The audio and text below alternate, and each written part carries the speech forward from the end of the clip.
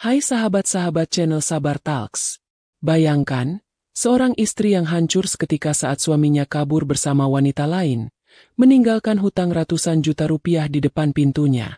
Debt collector berdiri garang, tetangga berbisik penuh cibiran, dan air mata tak lagi terbendung. Di saat semua terasa gelap, suara lirih sang anak justru memecah keputusasaan dengan kalimat yang menusuk hati. Tenang Bu, aku bereskan. Apa yang akan dilakukan seorang anak yang belum dewasa ketika ayahnya pergi meninggalkan luka dan beban sebesar itu? Namun sebelumnya, kalau kamu suka cerita yang menyentuh hati, klik subscribe sekarang juga ya. Jangan lupa like videonya, dan tulis di komentar kamu nonton dari mana. Siapa tahu, ada teman satu kota di sini. Dan sekarang, mari kita mulai kisah hari ini.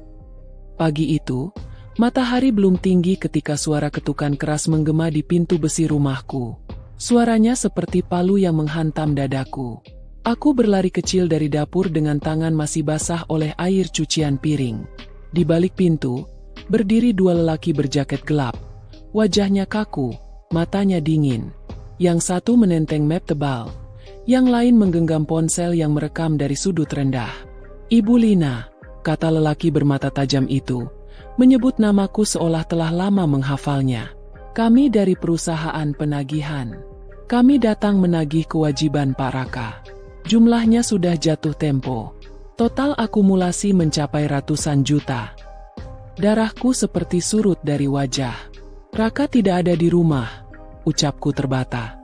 Dia sedang di luar kota. Sudah kami cek. 2 minggu ini ia menghilang. Nomornya tidak aktif. Kami datang dengan itikat baik. Jika tidak ada penyelesaian, kami akan kembali dengan langkah berikut. Ia mengeluarkan lembaran kertas dengan cap merah. Di situ ada nama suamiku, tanda tangan yang ku kenal, dan rincian cicilan dari berbagai tempat yang bahkan belum pernah ku dengar. Ada juga foto rumah kami di sudut dokumen, seperti ancaman yang dibungkus sopan. Aku menelan ludah. Saya tidak tahu menahu. Saya istri. Saya tidak pernah diajak bicara tentang ini. Lelaki itu memandangku, lama dan datar. Ibu punya waktu 7 hari untuk menunjukkan itikat. Kami akan kembali. Selamat pagi. Mereka pergi meninggalkan debu yang terangkat dari jalanan. Juga bisik-bisik tetangga yang berdiri di balik tirai. Aku memegang lembaran itu. Tangan gemetar. Angka-angka di sana menari seperti bayangan hitam. Ratusan juta. Kata-kata itu berulang di kepalaku sampai membuatku ingin duduk di lantai dan menangis sejadi-jadinya. Di dapur, air rebusan turun dari kompor karena lupa kumatikan. Aku buru-buru memutar knop. Bau gosong tipis menyelinap, membuatku sadar pada kenyataan yang keras. Harus ada yang dibereskan. Tapi apa? Dari mana? Bagaimana? Sepekan terakhir, Raka memang berubah. Pulangnya sering lewat tengah malam. Bau parfum asing menempel pada kerah kemejanya. Uang belanja yang biasanya ia letakkan di kaleng biru mendadak seret. Ketika kutanya, jawabannya selalu sama, datar dan pendek. Proyek macet, perusahaan terlambat bayar, urusan di luar kota. Aku ingin percaya, dan selama bertahun-tahun aku memang selalu percaya. Siang menjelang, angin panas menyapu halaman. Aku mengunci pintu dan meraih ponsel. Ku telepon Raka. Layar menampilkan sambungan. Lalu putus. Aku ulangi. Nil, pesan yang kukirim hanya centang 1. Aku membuka laci meja kerja di kamar. Ada parfum milik Raka yang tidak pernah kulihat sebelumnya. Di bawah kotaknya, terselip amplop coklat. Saat kubuka, isinya membuat kakiku lemas. Lembar-lembar perjanjian, cap jempol, materai, beberapa nama yang asing.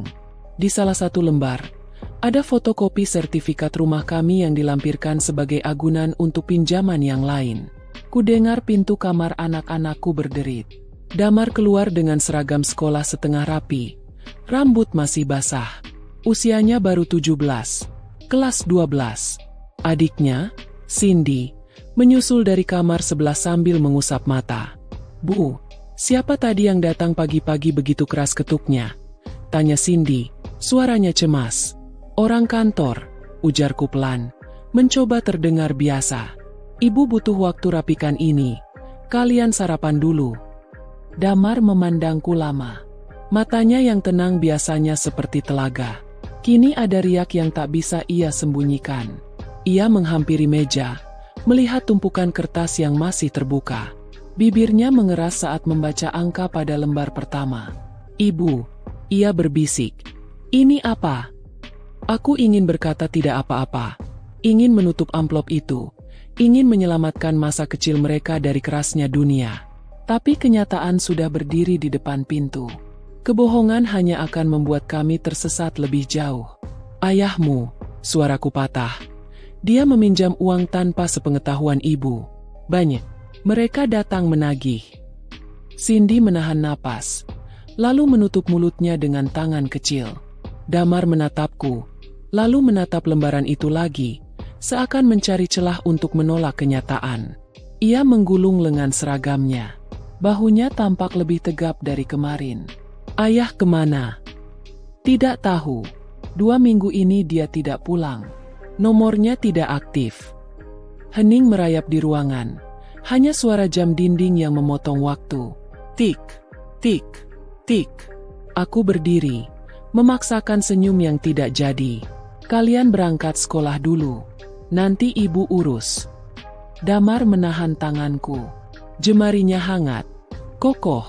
Bu, katanya pelan tetapi tegas. Tenang bu, aku bereskan.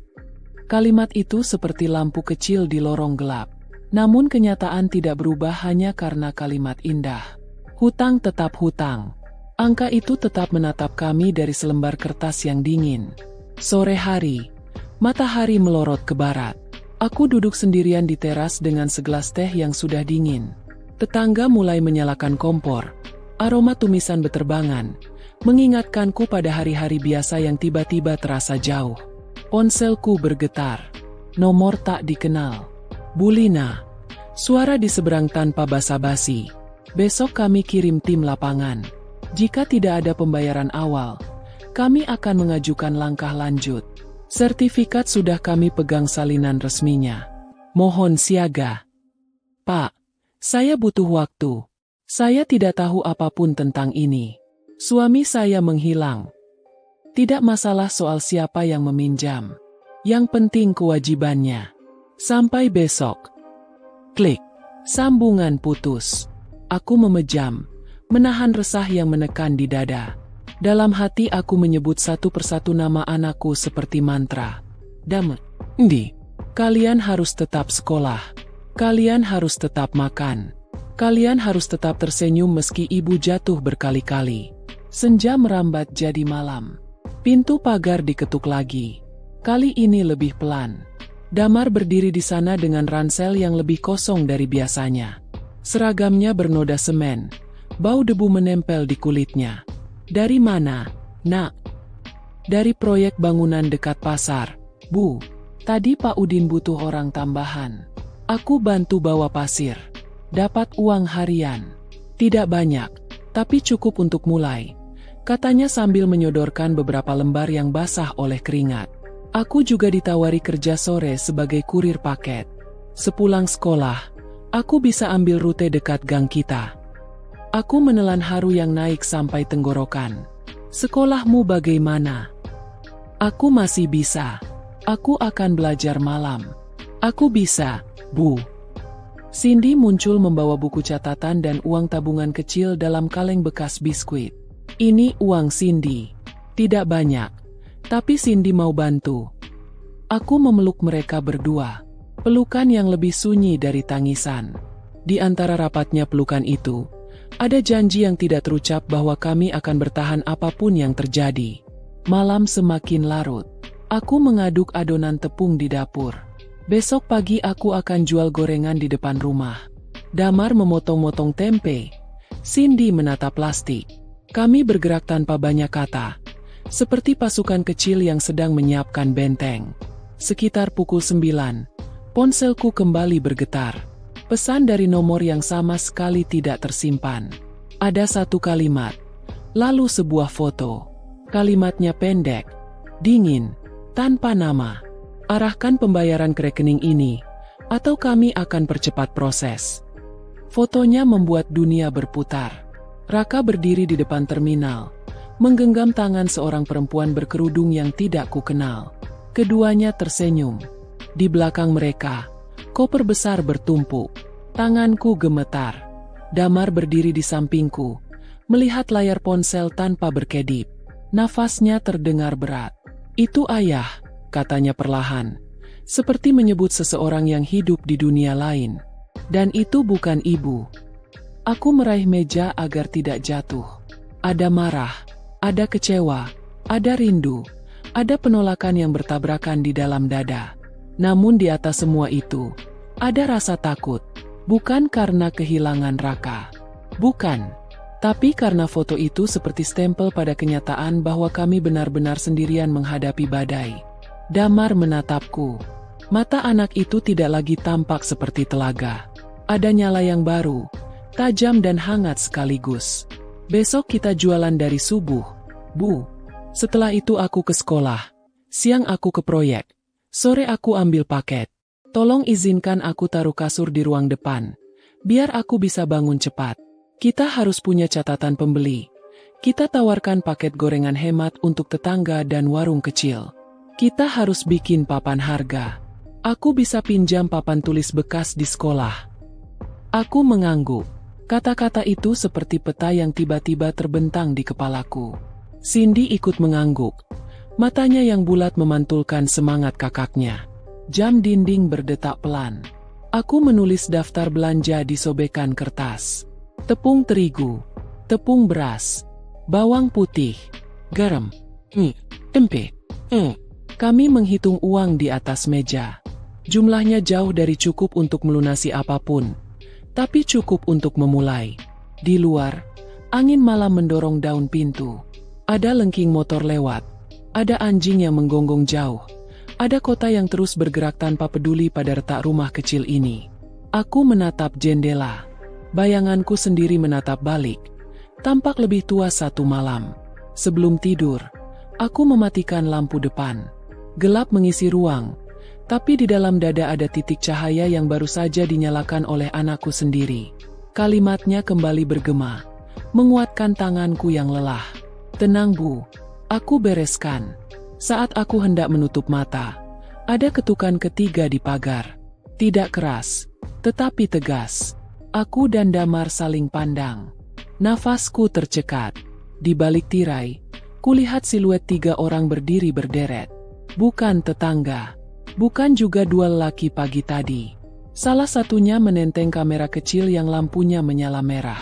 Ketukan berikutnya lebih rapat, lebih dekat, seperti sebuah aba-aba. Malam menahan napas. Aku merasakan sesuatu yang dingin merayap di tulang.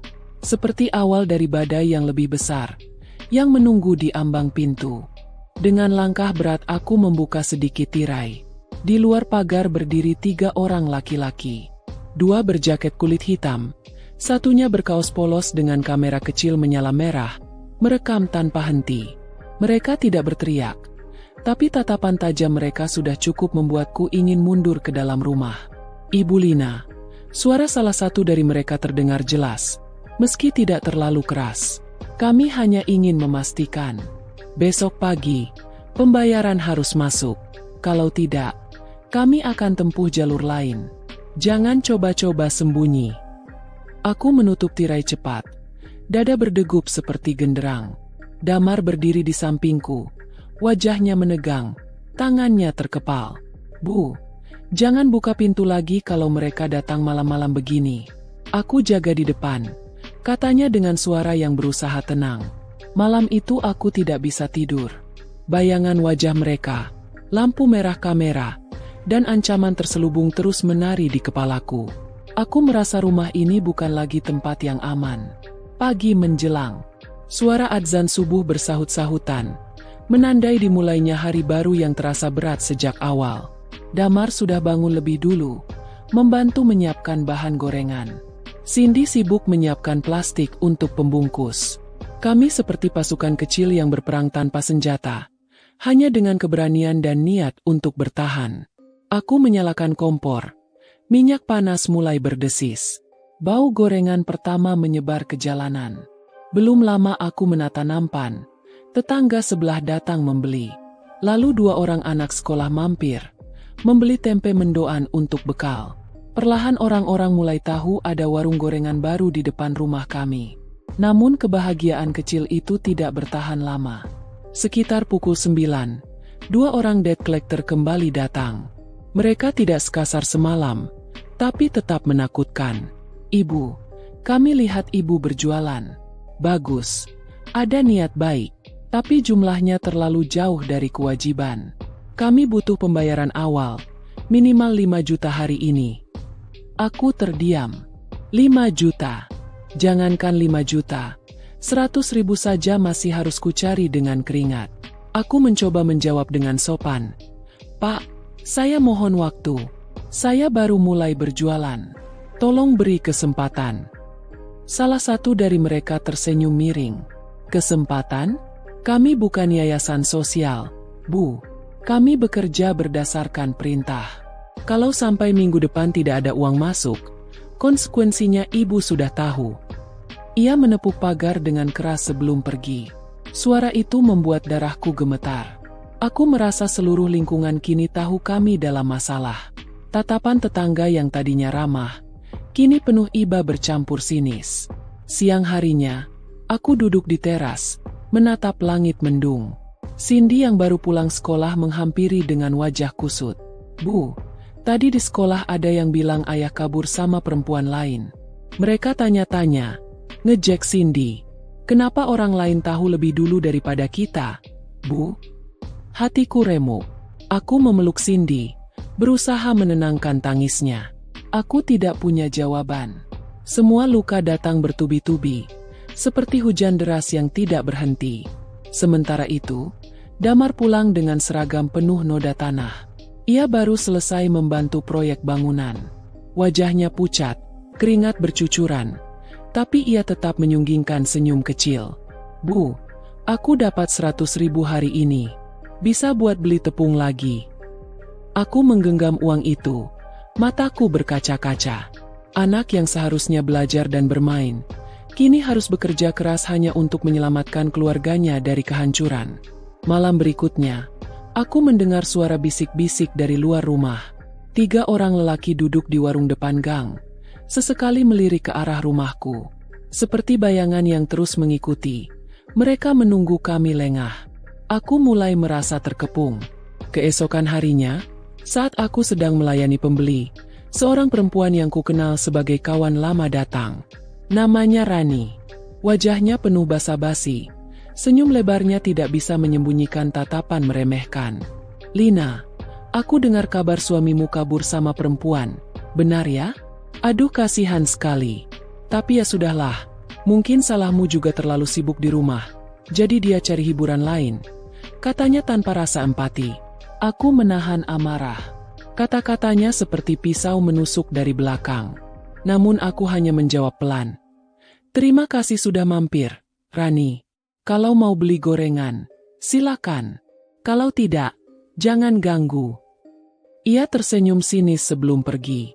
Aku merasa tubuhku gemetar. Tapi aku tidak boleh jatuh. Anak-anakku butuh aku tetap berdiri. Sore itu, hujan turun deras. Air masuk dari celah atap yang bocor, membasahi sebagian barang dagangan. Aku hampir putus asa, tapi Damar sigap menutup dengan plastik. Cindy membantu memindahkan nampan. Kami tertawa di tengah hujan, meski hati kami sedang basah oleh kesedihan. Saat malam tiba, aku duduk di ruang tamu dengan Damar. Ia menatapku serius. Bu, kita tidak bisa begini terus. Aku sudah cari info. Ada pabrik konveksi yang butuh pekerja malam. Kalau aku masuk sana, gajinya lumayan. Aku bisa tetap sekolah pagi. Aku kuat, Bu. Aku ingin menolak. Aku ingin berkata tidak. Tapi tatapan matanya penuh keyakinan. Anak ini sudah dewasa sebelum waktunya. Aku hanya bisa mengangguk, meski hatiku menangis. Hari-hari berikutnya semakin berat. Debt collector datang hampir setiap 2 hari sekali. Kadang mereka mengetuk sopan. kadang membentak. Tetangga semakin menjauh. Rani menyebarkan gosip kemana-mana. Hutang yang ditinggalkan Raka seperti lubang hitam yang menyedot seluruh kebahagiaan. Namun di balik itu, ada satu hal yang membuatku tetap bertahan. Kalimat Damar yang terus bergema di telingaku. "Tenang Bu, aku bereskan." Aku mulai percaya bahwa badai ini mungkin bisa kami lalui, meski tubuhku lelah, meski hatiku terluka. Hingga suatu malam, ketika aku sedang membereskan sisa gorengan, ponselku kembali berdering. Nomor tak dikenal. Aku menjawab dengan tangan bergetar. Suara di seberang terdengar familiar, meski sudah lama tidak kudengar. Suara itu rendah, berat, dan menyisakan luka. "Lina, jangan kaget. Ini aku, Raka." Nafasku tercekat. Dunia berhenti sejenak. Seketika tubuhku gemetar. Suara itu, suara yang dulu selalu menjadi sandaran, kini terdengar asing sekaligus menimbulkan luka lama yang langsung terbuka. Aku menempelkan ponsel erat di telinga, sementara Damar yang duduk di sampingku menajamkan pendengarannya. "Raka." Suaraku tercekat. "Kau di mana? Kenapa meninggalkan kami dengan semua ini? Hutang, debt collector, dan..." Suara di seberang memotong cepat. "Aku tidak bisa bicara lama. Aku ada di luar kota. Aku tahu kau marah. Tapi kumohon, jangan libatkan polisi. Jangan seret aku ke masalah yang lebih besar. Aku sedang berusaha. Bersama dia." "Dia?" tanyaku. Nadaku naik, meski air mataku sudah jatuh. "Wanita itu." Jawabnya singkat. "Aku mencintainya. Aku tidak bisa kembali." Kakiku lemas. Dunia seakan runtuh. Di seberang, suara lelaki itu yang dulu kucintai justru terdengar tegas melepas ikatan keluarga. Ia mengakhiri panggilan dengan dingin, meninggalkan aku dengan napas yang patah-patah. Aku menatap layar ponsel yang gelap, lalu memandang Damar. Wajahnya tegang, rahangnya mengeras. "Bu, sudah cukup. Ayah bukan lagi orang yang bisa kita harapkan. Sekarang giliran kita yang berdiri. Jangan menangis lagi." Aku mencoba menahan tangis, tapi suara lirih tetap pecah. "Bagaimana mungkin, Nak? Ayahmu meninggalkan kita seolah kita ini sampah." Damar memegang tanganku. Hangat, kuat. "Tenang Bu, aku bereskan. Aku janji." Kalimat itu, sekali lagi, seperti penopang ketika seluruh dinding runtuh. Namun yang lebih membuatku terenyuh adalah sorot matanya. Bukan lagi mata seorang remaja, melainkan mata seorang pria yang dipaksa dewasa sebelum waktunya. Malam itu, setelah semua tidur, Damar duduk di meja kecil ruang tamu dengan buku catatan. Ia menulis dengan serius, mencatat pemasukan dari gorengan, pengeluaran untuk belanja bahan, juga uang hasil kerja paruh waktunya. Aku memperhatikan dari jauh. Ia tidak sadar aku melihat. Tangannya bergerak lincah. Bibirnya menggumam seolah membuat perhitungan masa depan. Esok paginya, aku kembali berjualan. Damar berangkat ke sekolah dengan wajah letih, tetapi tetap membawa senyum tipis untukku. Cindy ikut membantu sebentar sebelum sekolah. Hidup kami menjadi pola. Aku goreng, Cindy bungkus, Damar kerja, lalu belajar malam hari. Namun, dunia tidak semulus itu. Di sekolah, Damar mulai jadi bahan bisik-bisik. Teman-temannya tahu ayahnya kabur. Ada yang mengejek, ada yang pura-pura iba.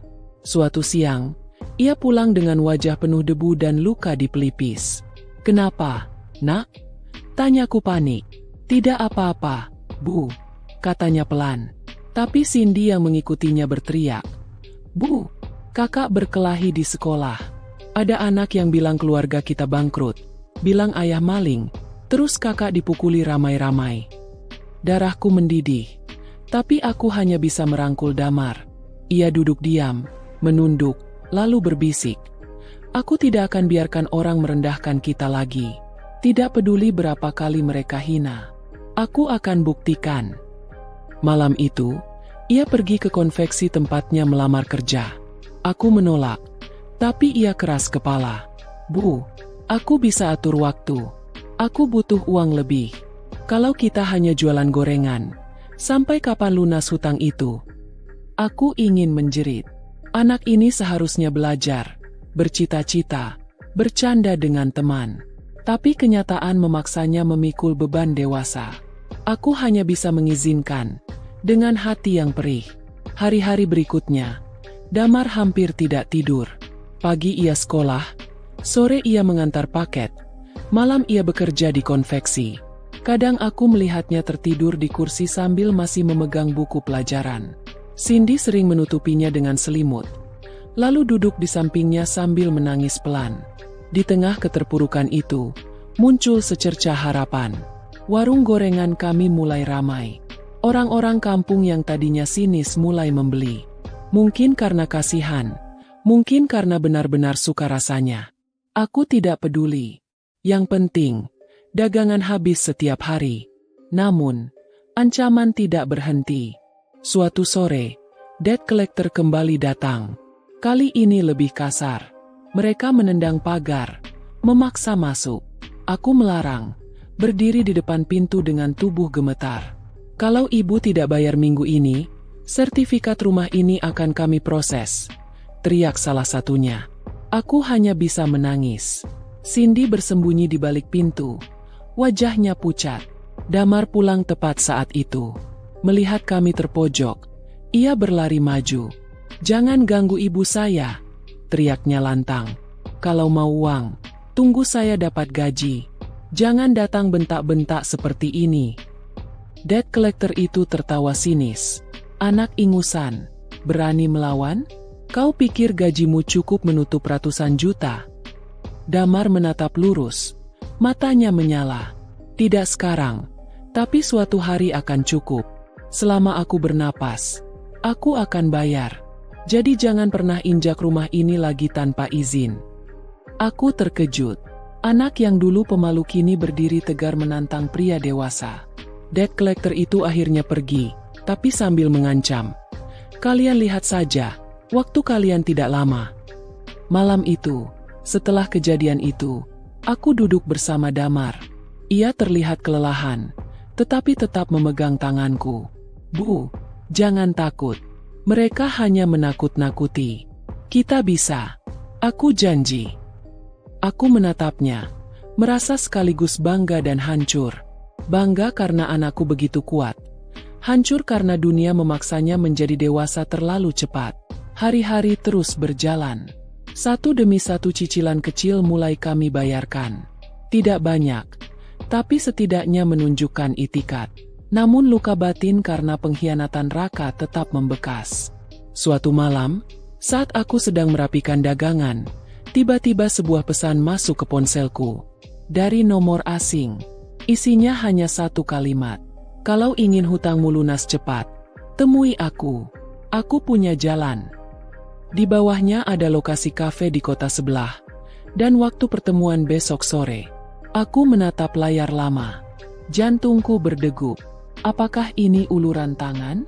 Atau jebakan lain? Malam itu aku tidak bisa tidur. Pesan di ponsel seperti bayangan yang terus membisikkan kemungkinan. Mungkin ada seseorang yang benar-benar mau membantu, atau justru menjerumuskan lebih jauh. Aku bolak-balik di kasur, memandangi langit-langit kamar yang retak. Sementara di ruang depan, Damar tertidur dengan tubuh letih. Kepalanya miring di kursi, buku catatan masih terbuka di meja. Cindy memeluk bantalnya erat. Wajahnya pucat karena terlalu sering menyaksikan ibunya menangis diam-diam. Pagi harinya, aku menyiapkan gorengan lebih banyak dari biasanya. Dagangan habis cepat. Beberapa tetangga yang dulunya sinis kini mulai ramah. Mungkin karena melihat aku berusaha. Tapi di balik senyum mereka, aku tetap merasa menjadi tontonan. Siang menjelang, aku memandangi ponsel lagi. Pesan itu tak terhapus. Ada alamat kafe di kota sebelah, dan jam pertemuan sore nanti. Aku ragu, tapi entah mengapa langkah kakiku seperti dipaksa ke sana. Aku berpamitan pada Damar.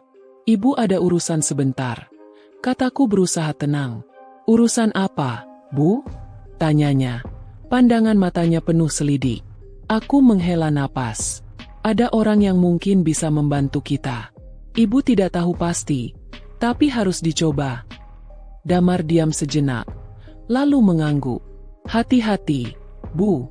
Jangan percaya begitu saja. Kalau ada yang aneh, segera pulang. Aku berangkat naik angkot, membawa tas kecil berisi catatan hutang. Jantungku berdegup cepat. Jalanan terasa lebih panjang dari biasanya. Sesampainya di kafe, suasana ramai oleh orang-orang berdasi. Aroma kopi memenuhi udara. Di sudut ruangan, duduk seorang pria parubaya dengan jas rapi. Wajahnya asing, tapi ada wibawa yang membuat orang lain segan. Ia menatapku begitu aku mendekat. "Ibu Lina?" tanyanya. Aku mengangguk ragu. "Iya, saya." "Silakan duduk. Nama saya Tio. Saya kenal baik dengan Raka." Darahku berdesir. Nama itu menusukku.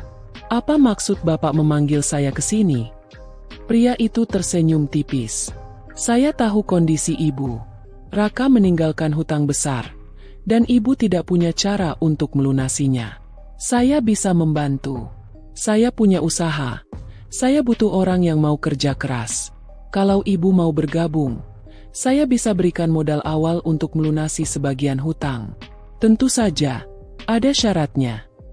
Aku menelan ludah. "Syarat apa?" Matanya menyipit. "Saya butuh jaminan keseriusan. Raka dulu pernah bekerja sama dengan saya, tapi dia lari. Sekarang, saya ingin lihat apakah keluarganya lebih bisa dipercaya. Saya tidak butuh uang sekarang. Saya butuh loyalitas." Aku merasakan bulu kuduk meremang. Kata-katanya penuh misteri. "Apa bentuk pekerjaan itu?" "Ibu akan tahu nanti. Anggap saja bisnis distribusi barang.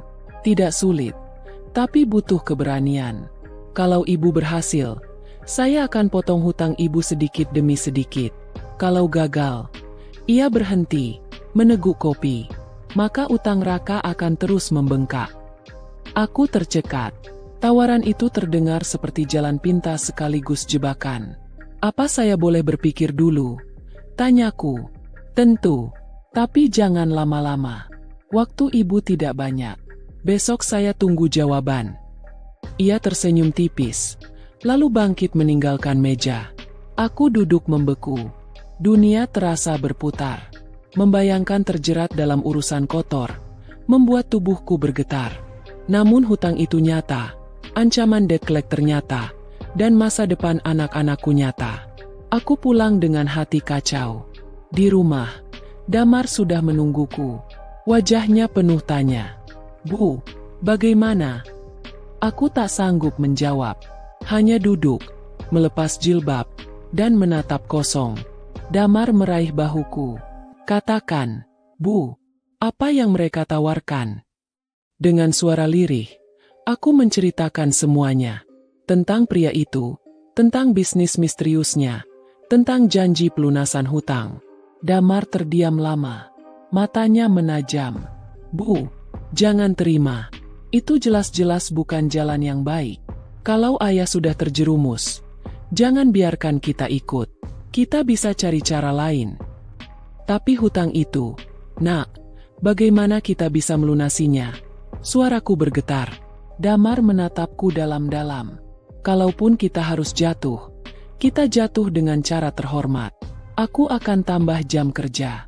Aku akan cari cara. Bu, tolong percaya padaku." Air mataku jatuh deras. Anak ini benar-benar memikul beban yang seharusnya bukan miliknya.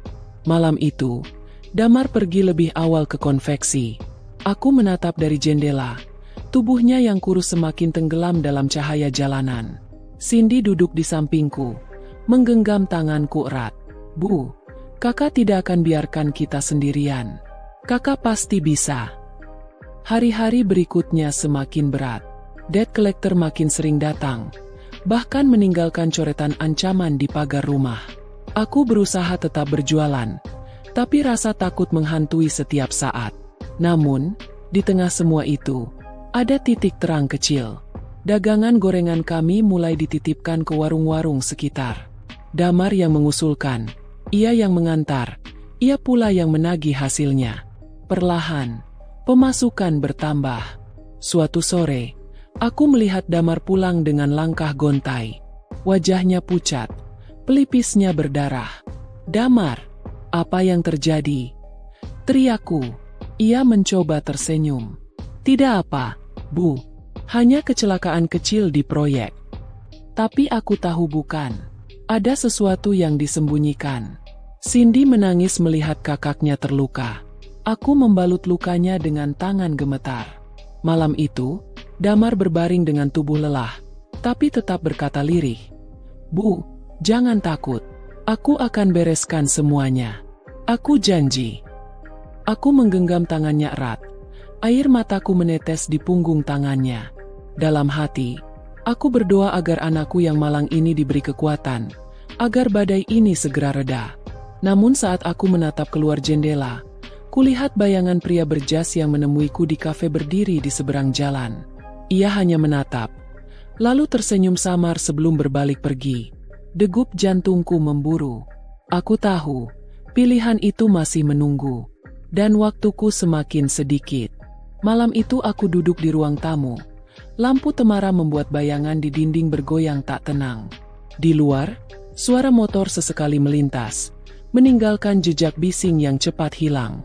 Aku memandangi wajah Damar yang tertidur di kursi. Tubuhnya kurus dengan luka di pelipis yang belum sembuh benar. Anak itu terus memaksakan diri, menahan segala rasa sakit, demi menjaga kami tetap berdiri. Cindy terlelap di kamarnya, memeluk bantal seperti mencari kehangatan yang hilang. Tiba-tiba, ponselku bergetar. Pesan masuk dari nomor asing. "Besok malam, kesempatan terakhir. Ambil tawaran saya atau hadapi akibatnya." Aku menjatuhkan ponsel ke meja. Tangan gemetar. Lelaki berjas itu benar-benar menunggu jawabanku. Dan bila aku menolak, aku tidak tahu apa yang akan terjadi pada keluargaku. Keesokan harinya, aku berjualan dengan wajah pucat. Pelanggan tetap membeli, tapi aku tidak bisa menyunggingkan senyum. Pikiran terus dipenuhi oleh pilihan yang menghantui. Menerima tawaran misterius itu atau bertahan dengan cara kami sendiri. Siang itu, debt collector datang lagi. Kali ini mereka lebih kasar dari sebelumnya. Pagar digedor keras. Suara mereka menggema di seluruh gang. "Bu Lina, waktunya sudah habis. Kalau besok tidak ada uang, kami tarik barang-barang di rumah ini." Aku berdiri di depan pintu. Tubuhku gemetar. Damar baru pulang dari sekolah. Wajahnya penuh keringat. Lalu langsung menghadang mereka. "Jangan ganggu ibu saya. Kami akan bayar. Tapi jangan paksa dengan cara seperti ini," teriaknya. Lelaki itu mendorong dada Damar hingga hampir jatuh. Aku menjerit, berlari memeluk anakku. "Jangan sentuh dia. Semua ini salah Raka, bukan salah anak-anak." Debt collector itu hanya tertawa sinis. "Salah siapa tidak penting. Yang penting hutang harus lunas. Ingat, besok batas terakhir." Mereka pergi meninggalkan ancaman. Aku terduduk di lantai.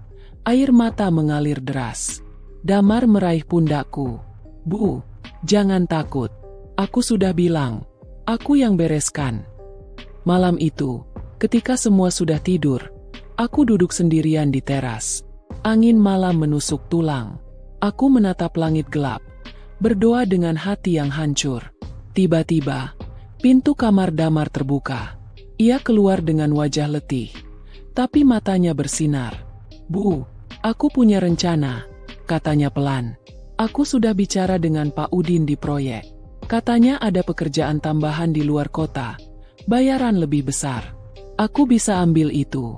Kalau aku kerja keras, aku bisa cicil lebih cepat." Aku menatapnya. Air mataku menetes lagi. "Nak, kau sudah terlalu banyak berkorban.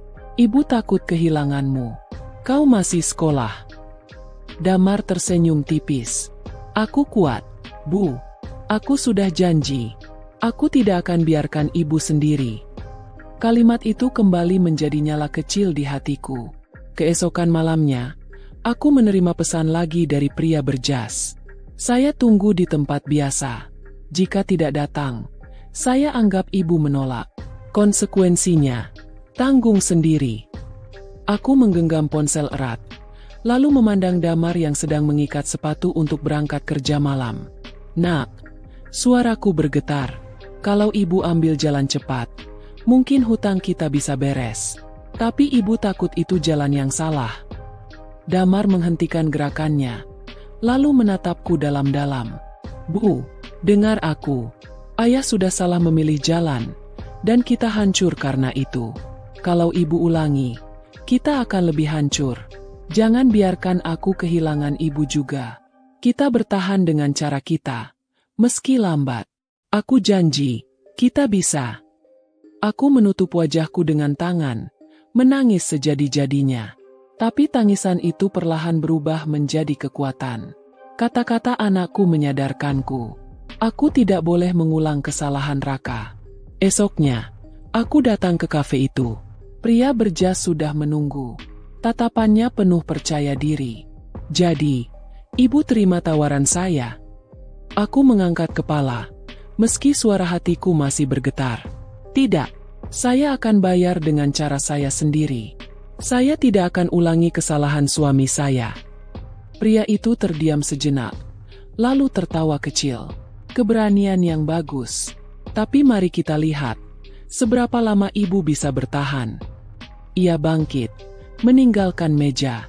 Aku duduk dengan tangan gemetar, tapi dalam hati ada rasa lega. Untuk pertama kalinya, aku memilih dengan benar, meski jalannya sulit. Hari-hari berikutnya menjadi perjuangan keras. Kami bangun subuh untuk menyiapkan gorengan. Damar bekerja siang malam. Cindy membantu sebisanya. Debt collector terus datang, tapi kami tak lagi gentar. Kami membayar sedikit demi sedikit, menunjukkan bahwa kami tidak lari. Tetangga yang dulu mencibir kini mulai menghargai. Ada yang memberi pinjaman kecil tanpa bunga, ada yang selalu membeli dagangan. Perlahan, kami merasa tidak sendirian. Suatu malam, ketika aku duduk di teras, Damar pulang dengan wajah lelah tapi tersenyum. Ia menyodorkan amplop berisi uang hasil kerjanya. "Bu, ini cukup untuk bayar cicilan bulan ini. Kita selamat. Untuk sementara." Aku memeluknya erat. Air mata menetes lagi. Kali ini bukan karena takut, tapi karena haru. Cindy ikut memeluk dari samping. Wajahnya bersinar. "Kita bisa, Bu. Kita masih punya satu sama lain." Aku menatap kedua anakku. Dalam hati, aku tahu, meski hidup kami belum benar-benar lepas dari hutang, kami sudah menemukan kekuatan yang jauh lebih berharga. Cinta, tekad, dan keberanian untuk berdiri. Di antara reruntuhannya, aku akhirnya sadar, keluargaku tidak hancur. Justru disinilah kami dibangun kembali. Dan semua itu berawal dari satu kalimat sederhana yang diucapkan anakku dengan mata penuh keyakinan. "Tenang Bu, aku bereskan."